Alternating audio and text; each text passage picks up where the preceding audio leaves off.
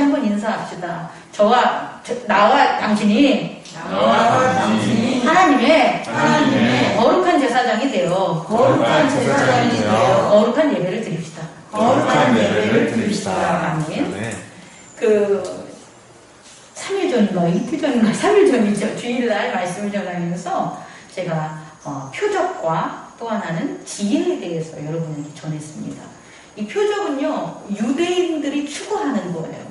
그리고 지혜는 헬라인들이 추구하는 거예요. 그런데 그때 당시에 이들이 왜 헬라인들은 지혜를 추구하고 유대인들은 표적을 추구했냐면, 유대인들에게 있어서는 아브라함과 이제 모세 이후에 하나님께서 정말 표적을 보였기 때문에 그런 거예요. 달리 유대인들이 표적을 따른 게 아니라 하나님이 아브라함과 모세를 통하여 직접 그들의 민족에게 함께 하셨단 말이에요. With God. 여호와께서 함께 하셨어요. 뭐로? 언약으로 아브라함에게 언약으로, 모세에게 언약으로, 그리고 그 언약이 담긴 언약궤로 그들과 함께 했기 때문에 그들에게는 실제적으로 표적이 있었어요. 그래서 표적을 중요시 여기는 거예요. 또 오늘날 교회에 있어서도 있잖아요. 예수 그리스도를 믿고 성령의 역사하심으로 이렇게 제사장의 역할을 했던 사람들에게는 반드시 뭐가 있었다는 거예요? 표적이 있었다는 거예요. 하나님이 함께 하셨다는 거예요. 그래서 표적을 찾는 거예요. 우리의 신앙에 60년대, 70년대 교회를 섬겼던 그런 목사님들, 그리고 지금 그분들이 이제 원로에다 소천하신 조영기 목사님도 있지만, 그분들이 표적 중심으로 뭐 했냐면, 그들의 교회를 이끈 이유는 그들이 뭘 봤기 때문에, 표적을 봤기 때문이에요. 그런데 예수님은 이렇게 표적을 하나님께서 행하셨지만, 예수 그리스도 이후에 예수 그리스도께서 우리들의 그리스도가 되셔서 우리들의 내면의 세계에 내주하시는 그 이후에 좀 바뀌어졌다는 거예요, 양상이. 그래서 예수 그리스도가 오시기 이전에는 표적을 중시하는 게 당연했는데, 이제부터는 뭐 하라는 거예요? 니네 유대인들이 표적만 찾으면 된다, 안 된다? 안 된다고 얘기하는 거예요. 헬라인들은요, 지혜를 추구했는데요, 이들이 지혜를 추구하는 이유는요, 정말 이런 헬레니즘 문화라고 우리가 표현하는데, 이 서양의 문화와 종교는 이성 중심의 문화와 종교였어요. 근데 이 이성이라는 게 우리가 쉽게 말하는 think, 생각은 아니에요. 이성은 혼, 정신, think의 그런 어떤 깊은 근원적인 것들, 그 세계를 나타내는 게 이성이거든요. 그래서 현상계에서 일어나는 변화라든지 이것이 그들을 왔다 갔다 하게 만든 게 아니라, 현상계에서 일어나는 이 변화의 근원적인 힘은 무엇인가를 그들은 찾았다는 거예요. 그게 지혜라는 거예요. 그래서 그들이 찾은 그 지혜로 사실상 엄청난 세계적인 변화가 있었습니다. 그런 그들이 당연히 지혜를 추구하는 것은 당연하다는 걸 제가 여러분에게 얘기하고 싶어요. 그런데 예수 그리스도 이후에 있어서는요, 이 지혜가 그런 현상계와 현상계 아닌 그 근원계로 나누어진 지혜가 아니라, 예수 그리스도로 말미암아 내면의 세계와 외연의 세계가 어떻게 되는 거예요? 같이 열리는 시대가 나타났다는 거예요. 누구를 통해? 예수 그리스도 통해.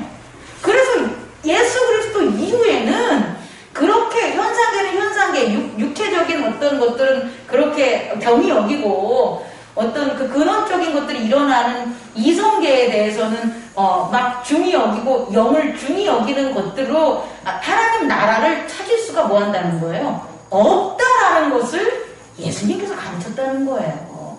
그래서 표적은 잘못된 거고 지혜는 잘못된 거, 이거 아니라 예수 그리스도가 오셨기 때문에 표적이 불완전하고 지혜가 불완전해요. 반대로 얘기하면 예수 그리스도가 오셨기 때문에 온전한 표적, 온전한 지혜를 우리는 뭐 할 수 있다는 거예요? 추구할 수 있다라는 거예요. 그렇다면 오늘 여호수아 4장에서 우리가 살펴보는 것처럼 살펴볼 수 있는 그 온전한 표적과 온전한 지혜를 뭐냐라고 저한테 물은다면 저는 여러분들에게 한번 따라해 보실래요? 표징을 여러분에게 가르쳐 주고 싶어요. 표적은요, 경험화된 게 있은 다음에 기억하는 게 표적이에요. 자, 여러분 한번 생각해 보세요. 홍해를 건넜어요. 그게 엄청난 일이죠. 그렇지 않습니까? 아니, 하나님께서 애굽으로부터 이스라엘 인중에 그 수십만 명을 이끌었단 말이에요. 근데 그 이끄는 게 쉬운 게 아니었단 말이에요. 그 애굽의 또 수십만 명으로부터 이기게 한 거잖아요. 그렇게 해서 이스라엘인들을 애굽으로부터 출애굽시킨 그 역사적인 현장의 가장 하이라이트가 뭐냐면 홍해란 말이에요. 그럼 홍해에 대한 표적을 이스라엘인들은 뭐 한 거예요? 경험한 거죠. 표적은 경험하는 거예요. 그 경험을 했더니 그들이 변했습니까? 이걸 예수님은 얘기해 주는 거예요. 표적은 경험으로 이루어지는 것이기 때문에 사람을 변화시키지 못해요. 다시 말해, 표적을 아무리 많이 봐도 야, 내가 진짜 산에 올라가서 방언 기도를 하고 입신을 하고 또 내가 살면서 사업에 있어서 가정에 있어서 어떤 큰 표적을 봤어. 그렇다고 해도 그 사람은 변화되지 않는다는 거예요. 그럼 그 사람이 표적으로 변화되지 않는 건 뭐로 알 수 있냐면 광야 생활하는 이스라엘인들을 보면 돼요. 광야를 생활하는 이스라엘인들은 변하지 않고 다시금 관성으로 애굽으로 돌아가려고 불평하고 불만하고 불안해했단 말이에요. 이런 것들이 표적이라는 거예요. 제가 그래서 예수님께서도 그의 제자들에게 나를 보고 표적을 구하지 말라는 거예요. 병든 자를 낫게 하고 눈 안 보는 자를 보게 하고 없는 자들에게 빵을 주고 그걸 표적을 행했단 말이에요. 그렇게 행해서 그들이 변했냐는 거예요. 안 변했다는 거예요. 오히려 더 주세요. 더 고쳐주세요. 당신이 그리스도임을 증명해 주세요. 더 큰 표적을 보여주세요. 라고 그들이 예수님에게 떼었다는 거예요. 결국 표적은 사람을 뭐한다? 변화시키지 못한다. 지혜도 마찬가지예요. 지혜도 있잖아요. 그 지혜가 내게 속해져 있다고 생각하는 그 헬라인들의 이성이나 이런 지혜. 아무리 앉아가지고 우리가 앉아서 기도를 해서 야, 나는 구원 받을 거야. 야, 예수 그리스도께서는 십자가의 언약과 부활의 언약과 재림의 언약을 주셨어. 그리고 있잖아, 사망은 이런 거고 영생은 이런 거야. 앉아가지고 지혜만 지식만 가득 차 있단 말이에요. 그죠? 그럼 그 사람은 변하냐는 거예요? 안 변하는 거예요, 여러분. 그런 지혜만 가지고 있는 사람들은 어떻게 하냐면 그대로 그 지혜를 가지고 있음에도 불구하고 불평하고 불안해하고 불만족하고 살아간단 말이에요. 왜? 뭐 때문에? 그들이 변하지 않았기 때문이에요. 그러면요, 오늘 이스라엘 여호수아 4장에서 살펴볼 때 이스라엘인들은 모세가 영도할 때의 그 모습과 제가 계속 강조하지만 오늘 요단강을 건너갈 때의 모습은 변했을까요? 안 변했을까요? 변했다는 거예요. 아주 큰 변화가 있다는 거예요, 여러분. 물론 홍해를 건너게 하신 것도 누구예요? 하나님이셔요. 요단강을 건너게 한 것도 누구예요? 하나님이셔요. 하나님은 똑같아요. 표적과 기적을 일으키는. 그런데 이것에 임하는 이스라엘인들은 변했다는 거예요. 여러분 그 변화를 찾을 수 있습니까? 여러분, 자, 홍해를 건널 때에는 이스라엘인들이 무엇이 아니었다? 제사장이 아니었다. 그런데 요단강을 건널 때는 뭐가 된 거예요? 제사장이 된 거예요. 홍해를 건너면서 하나님은 그걸 갖다 뭐 하라고? 증거하라고 돌단을 쌓지 않았어요. 그런데 요단강을 건너면서는 뭐가 되는 거예요? 그것을 증거할 수 있는 단을 쌓으라고 한 거예요. 다시 말해, 홍해를 건널 때에는 이스라엘인들이 하나님께 제단을 쌓고 건넌 게 아니라는 거예요. 그런데 요단강을 건널 때에는 어떤 거예요? 이스라엘인들이 제사장이 돼서 제단을 쌓아서 건넌다는 거예요. 이게 표적과 지혜가 아닌 표징의 증거가 되는 거예요. 다시 말해 표징은요, 그 표적이 되는 주체가 외연의 세계에 있는 것이 아니라 뭐가 되는 거예요? 내 자신에게 있다는 거예요. 그 증거가 표적이 밖에서 일어나는 게 표적이 아니라 나의 변화가 표적이 되는 거예요. 다시 말해 홍해를 건널 때에는 하나님이 불기둥과 물기둥과 홍해의 물을 가르는 게 표적이 됐어요. 그런데 이스라엘인들에게 있어서 요단강을 건널 때의 표적은 밖에서 요단강 물이 흐름을 멈추고 쌓여져 있는 게 표적이 아니라 그 요단강 물을 그치게 하는 일을 누가 했다는 거예요? 제사장들이 했다라는 거예요. 무엇을 통하여? 말씀의 순종함을 통하여. 여러분 이걸 깨닫기 바랍니다. 우리가 오늘 이 여호수아 4장 너무너무 이건 정말 대단한 익사이팅한 그런 사건이에요. 뭐냐면 우리는 큰 스케일로 가서 홍해를 건너는 것만 스케일이 크다고 생각하는데 크지 않아요, 여러분. 요단강이 흐를 때는 어떻다는 거예요? 가슴 높이만큼 그보다 더 높이 물이 흐른다는 거예요. 근데 그 물의 흐름이 어떻게 됐다는 거예요? 멈췄다는 거예요, 여러분. 아니, 하나님께서 홍해도 갈라주셨으니까 요단강의 물도 그렇게 멈추게 하시겠지. 맞아요. 맞는데 오늘 말씀에서는 그걸 전하는 게 아니에요. 앞으로에 있어서도 그걸 전하는 게 아니에요. 이것을 실행하고 이것을 표적이 아닌 지혜가 아닌 표징으로 그들의 자녀들에게 그들의 넥스트 제너레이션에게 계속 전할 수 있는 그런 하나님의 표징을 누가 만든 거예요? 이스라엘인들이 그 제사장들이 뭐 한 거예요? 만들었다는 것에 대해서 저는 여러분에게 오늘 말씀 전하고 싶어요. 예수 그리스도도 마찬가지예요. 예수 그리스도도 단순히 오셔서 하나님의 표적을 보이신 게 아니라고요. 그리고 단순히 하나님 나라의 지식, 지혜를 전한 게 아니라는 거예요. 예수 그리스도께서는 이 땅에 오셔서 뭘 했냐면 그 안에 계신 표증, 하나님을 증거하는 자가 되셨다는 거예요. 그리고 그렇게 하나님의 표적과 지혜를 증거하는 표징이 되신 예수 그리스도가 누구 안에 계신다? 우리 안에 계신다는 거예요.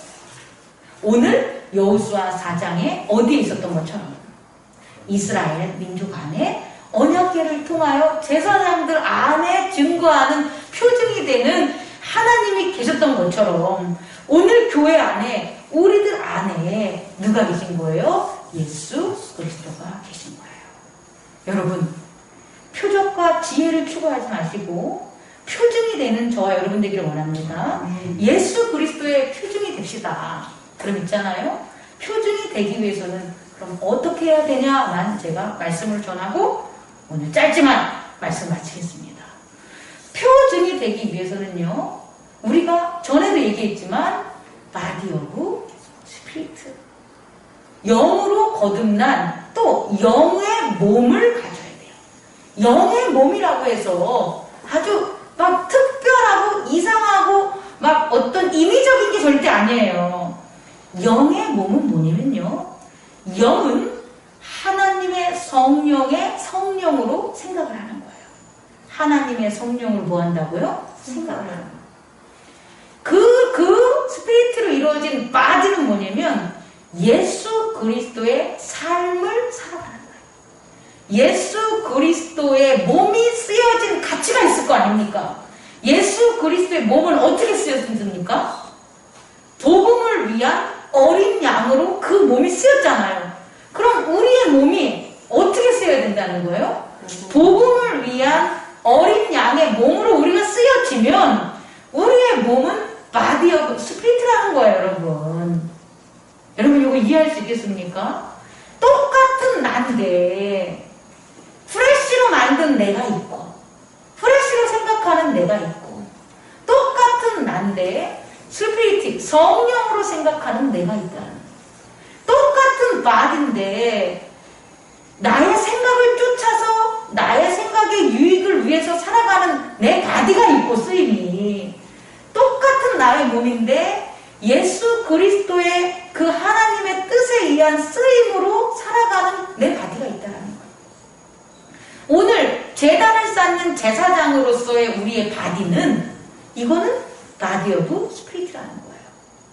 우리가 똑같이 몸 닦고 뭐 이런 거 왔는데 먹는 것도 우리 몸이지만 이 몸의 쓰임이 뭐로 쓰였기 때문에 제사장의 제단을 쌓는 그 쓰임과 가치로 쓰였기 때문에 우리들의 몸, 지금 이 몸은 지금 뭐라는 거예요? 바디 오브 스피리트. 즉, 영으로 난 몸으로 지금 이 시간을 여러분들이 채우고 있음을 잊지 마시기 바랍니다. 그래서 여러분, 잘 들어보세요. 우리는 믿음의 세계를 열어야 되는 거예요. 뭐의 세계? 믿음의 세계. 자, 보십시오. 지금 여호수아 4장에 요단강이 흐름을 멈췄어. 자, 보세요. 요단강이 흐름을 멈추는 건 외연의 세계에서는 있을 수 없는 일이죠. 그런데 말씀의 세계에서는 어떤 거예요? 늘 있는 세상이라고요. 이해할 수 있겠습니까? 바디 오브 프레쉬의 세상에서는 흘러가는 물이 어떻게 멈추냐는 거예요.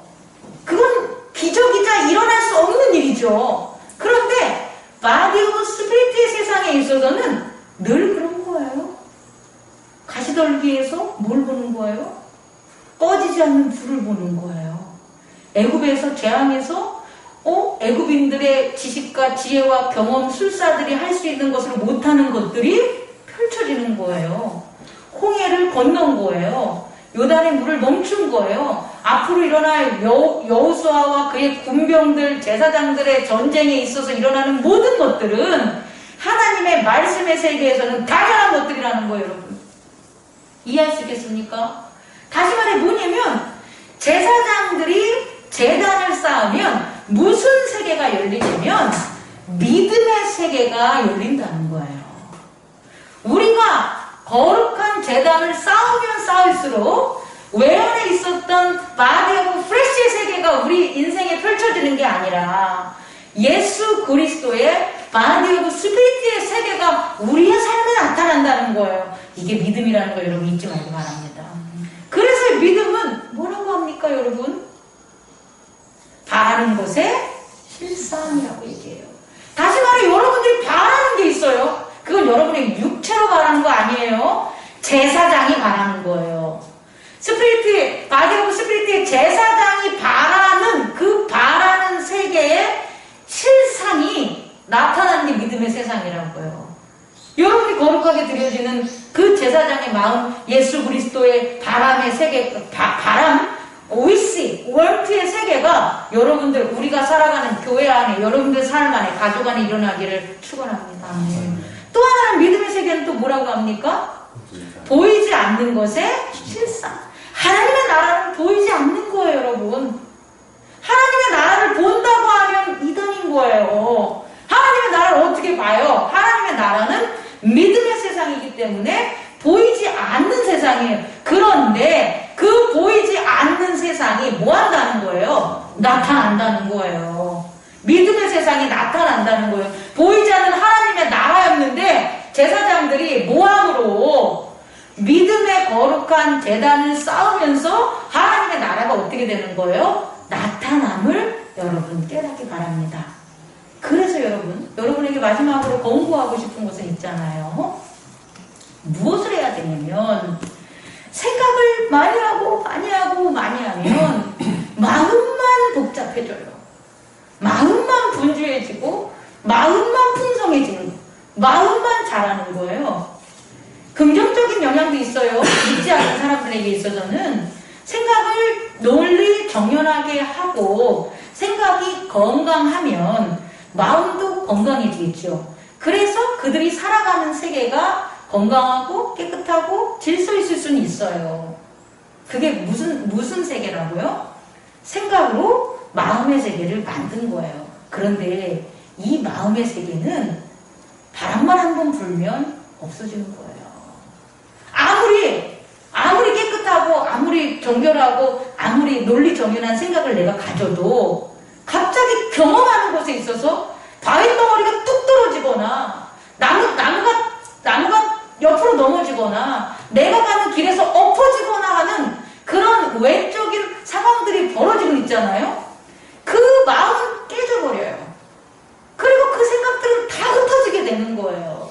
그래서 온전하지 않다는 거예요.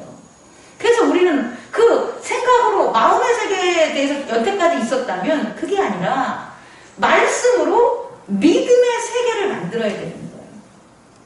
생각이 자꾸 많아지고 정렬하면 마음이 풍성해지지. 말씀이 풍요로워지고 말씀이 깨닫고 말씀이 깨끗해지고 말씀이 거룩해지고 정렬해지면 믿음의 세계가 굳건해진다는 거예요, 여러분.